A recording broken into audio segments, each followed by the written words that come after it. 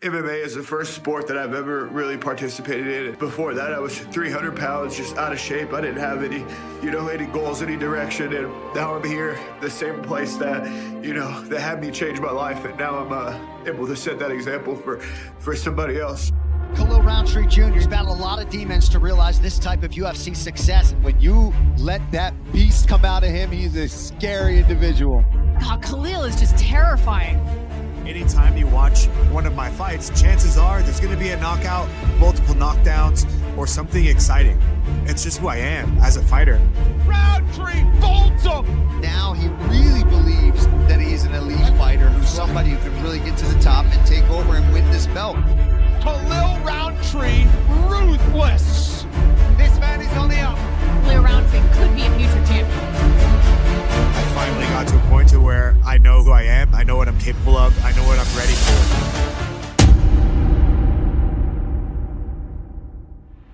Halo bro, sebelum menjadi teror di UFC, Khalil Roundtree hanyalah anak gemuk yang takut keluar rumah. Ayahnya ditembak mati saat ia masih kecil, meninggalkannya tumbuh dalam kesepian dan rasa kehilangan yang menumpuk. On one of the shows that they had in Chicago in 1992, there was a disturbance from some guys that he didn't know. Turns out that they were actually there to rob him. One of the guys had a firearm, shot him in the head while he was, defending himself against two guys. When my dad passed, I was only 2. Ia menghabiskan hari-harinya di depan layar game, menelan junk food dan membenci bayangannya sendiri di cermin. Tidak ada yang melihat potensi dalam dirinya, bahkan dirinya sendiri. How do you get a man off of the couch from killing himself with eating trashy food and smoking cigarettes and watching porn and doing all this just toxic shit? At the time, I'm 19 years old, 305 pounds, 2 packs of cigarettes a day, soda only, I didn't even care. I don't care if I wake up today. I'm going to drink myself and hope that I don't wake up tomorrow. Tapi dari tubuh yang dulu dibentuk oleh rasa malu, perlahan lahir sesuatu yang menakutkan, yaitu tekad untuk menghancurkan versi lamanya. Di sekolah, Khalil Roundtree bukanlah siapa-siapa.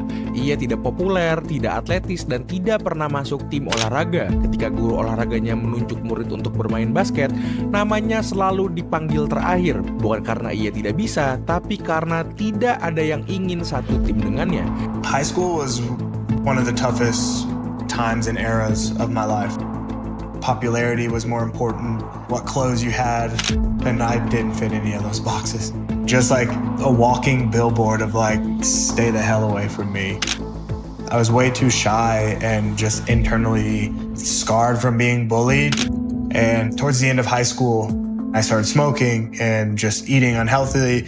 I got myself up to 305 pounds. Tubuhnya berat, gerakannya lamban, dan nafasnya cepat habis. Setiap ejekan yang ia dengar, ia telan dalam diam. Ia terbiasa menyembunyikan luka di balik tawa kecil yang dipaksakan. Tapi di malam hari, ketika semua tidur, ia menatap langit-langit kamar dan bertanya dalam hati, apa aku akan begini selamanya? Ia hidup tanpa arah. Waktu berjalan dan tubuhnya terus membengkak. Bukan karena rakus, tapi karena mencari pelarian dari dunia yang terasa terlalu keras untuk dirinya. Setiap gigitan makanan cepat saji adalah bentuk perlawanan kecil terhadap rasa sakit yang tidak bisa ia jelaskan. Namun suatu malam segalanya berubah sedikit. Ia duduk di ruang tamu bersama kakaknya, menonton acara The Ultimate Fighter. Di layar, dua pria saling memukul hingga berdarah, tapi tidak menyerah. Khalil terdiam, ada sesuatu yang aneh terasa di dadanya. My brother was a fan of MMA. And from the moment I saw Rampage Jackson tear a door off of the wall of The Ultimate Fighter, I was like, this has to be for me. Tell me what I gotta do to be like that guy. Ia tidak tahu kenapa, tapi untuk pertama kalinya rasa iri itu terasa menyala. Bagaimana rasanya menjadi sekuat itu? Ia tidak langsung bangkit ke gym. Ia hanya duduk lama malam itu, menatap layar yang perlahan gelap sambil memikirkan hal yang belum pernah ia pikirkan sebelumnya. Bahwa mungkin kekuatan bukan milik mereka yang lahir dengan otot, tapi mereka yang punya alasan untuk bertarung. Hari pertama Khalil Roundtree masuk ke gym adalah mimpi buruk. Tubuhnya gemetar, paru-parunya terasa terbakar, dan setiap langkah seolah menertawakan niatnya. Ia nyaris pingsan setelah beberapa menit shadow boxing. Pelatihnya bahkan sempat berbisik pelan, "Kau yakin mau lanjut?" Khalil tidak menjawab, ia hanya menunduk, menahan muntah dan menatap lantai yang penuh keringat. Rasanya sangat memalukan, tapi juga memuaskan. Karena untuk pertama kalinya dalam hidupnya, rasa sakit itu punya arah. Hari demi hari berlalu dan tubuhnya mulai berubah, tapi yang sebenarnya tumbuh bukan cuma otot, melainkan niat. Ia mulai menemukan pola yang belum pernah ia rasakan, yaitu bangun lebih pagi dari biasanya, makan dengan sadar, dan pulang dari latihan dengan tubuh remuk tapi hati penuh. When I train, after training, I'm super peaceful. Right. It helps me balance, man. It does. Yeah, because when I'm not fighting, I'm so relaxed. It's crazy. Setiap tetes keringat adalah ingatan akan masa lalu yang ingin ia tinggalkan. Setiap langkah maju adalah pengingat bahwa ia bukan lagi anak obesitas yang takut pada dunia. Namun jalan itu tidak romantis, ia sering terpleset, pernah berhenti seminggu penuh karena depresi datang lagi, pernah menangis di parkiran gym, merasa tidak cukup kuat, tapi setiap kali rasa itu datang, ia selalu mengingat satu hal, bahwa diam di tempat sama artinya dengan mati perlahan. Perlahan tapi pasti rasa malu yang dahulu menghantuinya berubah menjadi bahan bakar dan dibawa cahaya redup ruang latihan dengan tubuh penuh keringat dan nafas tersengkal. Khalil Rountree mulai membentuk sesuatu yang baru, yaitu bukan tubuh yang sempurna tapi jiwa yang keras kepala. Setelah setahun latihan, Khalil Rountree bukan lagi pria yang sama. Tubuhnya mulai terbentuk, pipinya menirus dan matanya tajam. Tapi perubahan yang paling mencolok bukan yang terlihat di cermin, melainkan yang ada di dalam dirinya. Ia mulai memahami sesuatu yang sederhana tapi brutal, yaitu penderitaan fisik bisa menenangkan penderitaan batin. Setiap kali ototnya terbakar, paru-parunya terasa meledak, ia merasa beban emosional masa lalu perlahan ikut luruh.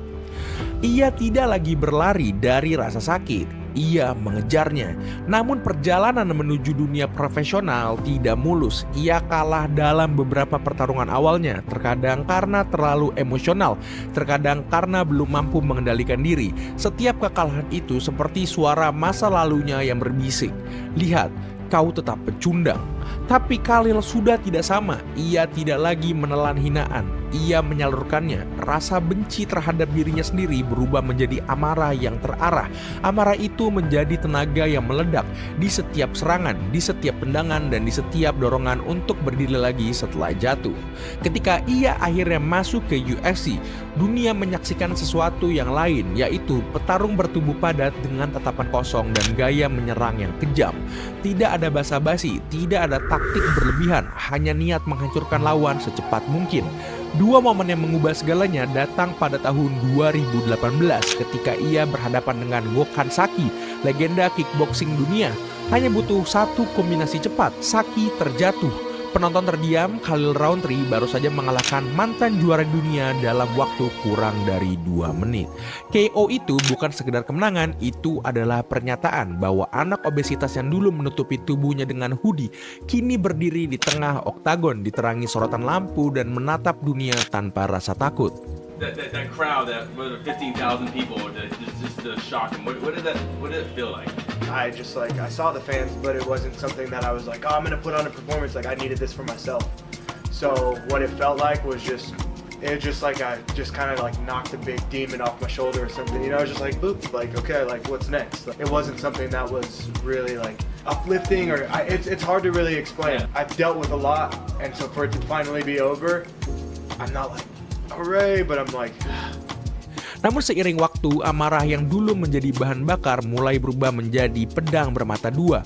Khalil mulai naik ke papan atas divisi light heavyweight, menumbangkan nama-nama besar, hingga akhirnya mendapatkan kesempatan emas melawan Alex Pereira pada UFC 307 di Salt Lake City.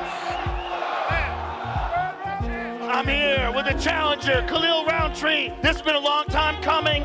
You're focused and prepared for this. Give us your thoughts on tomorrow night. My thoughts tomorrow night is this is 100% for every single person in this crowd, every single person around the world watching this fight. It's going to be amazing. I know it. I can't wait to watch. Good luck to you, sir. Khalil Rountree Jr., ladies and gentlemen. Di 2 ronde pertama, ia tampil garang, tendangannya keras, tekanannya konstan, dan juri sempat menempatkannya unggul. Tapi Pereira, juara dunia yang tenang dan penuh racikan, menunggu momen yang tepat. Ronde keempat, 2 pukulan kanan dan tendangan betis yang tajam membalikkan segalanya.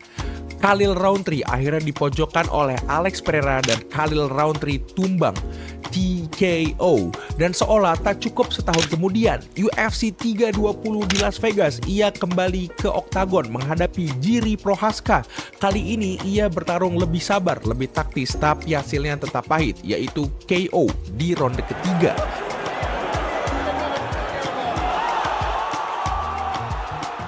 Dua kekalahan itu mengguncang banyak petarung, tapi tidak Khalil. Dalam wawancara pasca laga, ia hanya berkata pelan, "I'm in a good spirits, this is part of the path." Bagi Rountree, kekalahan bukanlah akhir, itu adalah ujian baru bagi tekad yang dulu lahir dari tubuh gemuk dan rasa malu. Ia pernah mengalahkan dirinya sendiri sekali, dan itu jauh lebih sulit daripada mengalahkan siapapun di oktagon. Khalil Rountree dulu dikenal sebagai salah satu petarung paling menakutkan di divisi light heavyweight. Cara dia menyerang seperti orang yang sedang menyalurkan dendam hidup. Setiap tendangan adalah amarah yang menahun, setiap pukulan seperti pesan bagi masa lalunya sendiri, yaitu "aku tidak lemah lagi". Namun setelah semua pertarungan brutal itu, terutama dua kekalahan terakhir dari Alex Pereira dan Jiri Prochazka, sesuatu di dalam dirinya mulai berubah.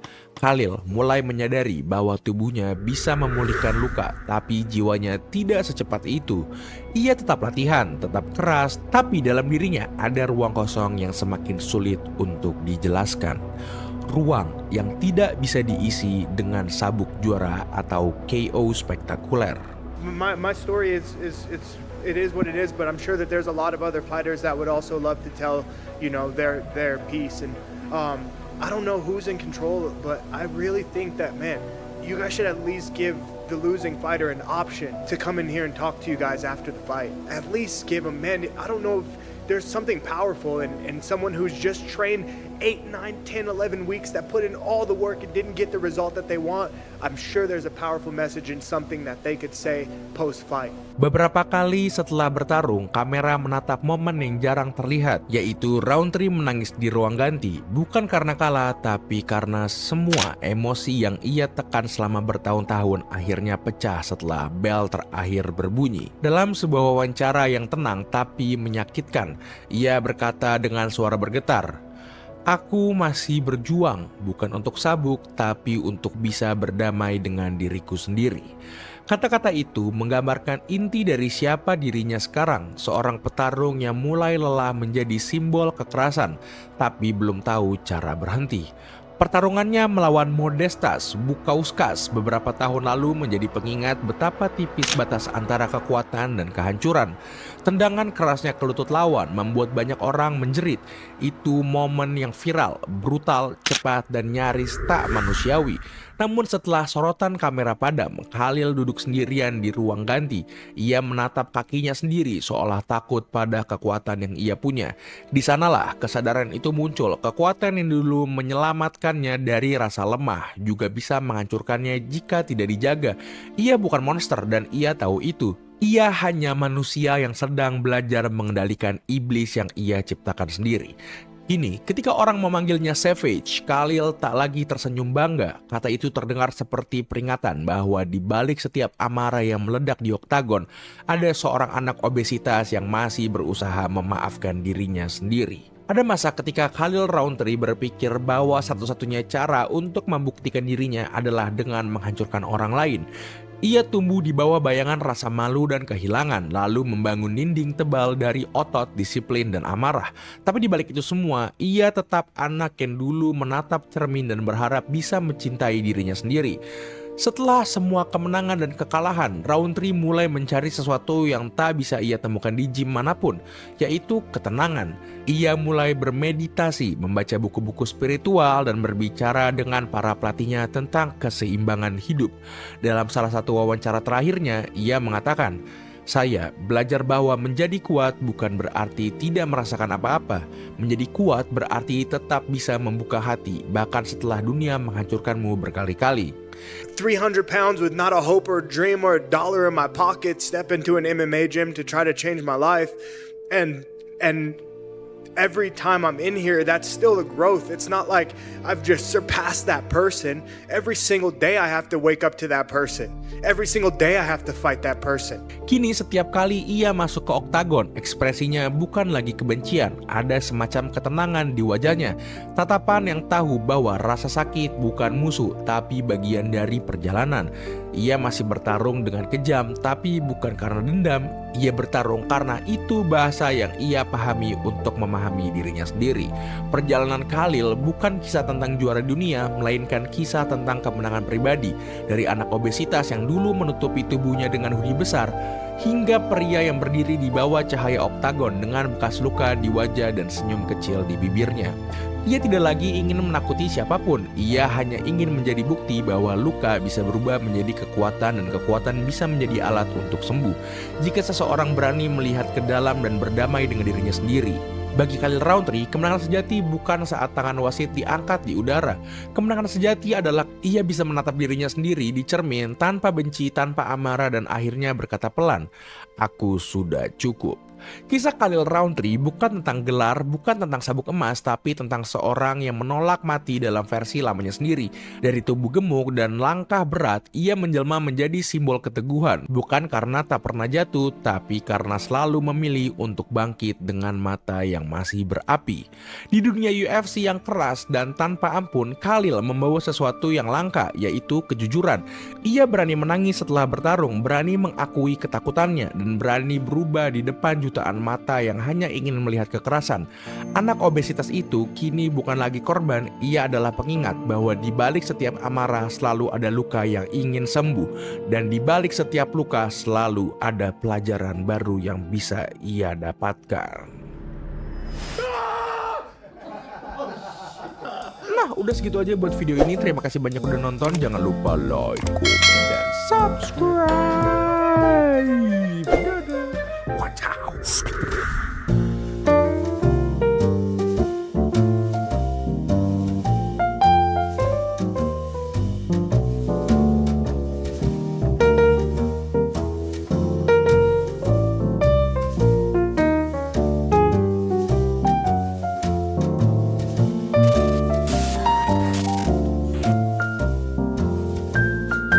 there anybody in here?